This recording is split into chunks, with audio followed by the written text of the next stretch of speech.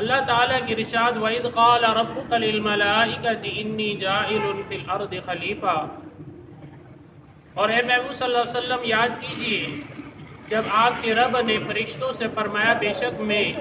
بنانے والا ہوں زمین میں اپنا نائب، تو فرمایا مشورہ طلب کرنے میں کیا حکمت ہے؟ فرمایا اللہ تعالیٰ کا فرشتوں سے فرمانا کہ میں زمین میں خلیفہ بنانے والا ہوں، تو معاذ اللہ ان سے اجازت طلب کرنا مقصود نہیں تھا، بلکہ صرف مشورہ طلب کرنا مقصود تھا، اور وہ بھی احتیاجی یا لا علمی کی وجہ سے نہیں، کیونکہ اللہ تعالیٰ کسی امر میں کسی کا محتاج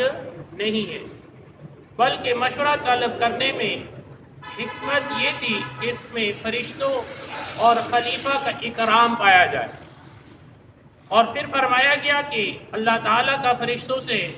مشورہ طلب کرنے میں فرشتوں کی عظمت اور شان واضح ہوتی ہے، اور خلیفہ سے متعلق مشورہ کرنے میں خلیفہ کی عظمت واضح ہوتی ہے، اور اس کی تخلیق سے پہلے ہی اس نورانی مخلوق میں ذکر ہو رہا ہے، یعنی آدم علیہ السلام کی بھی تخلیق نہیں ہو رہی، اس سے پہلے ہی ان فرشتوں یعنی نورانی مخلوق میں آدم علیہ السلام کی تخلیق کا تذکرہ